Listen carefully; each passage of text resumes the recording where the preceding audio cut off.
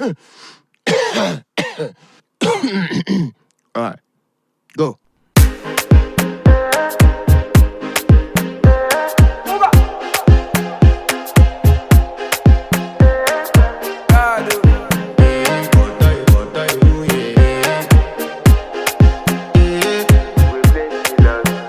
I want to flex my love, I want to impress, and I want to carry my love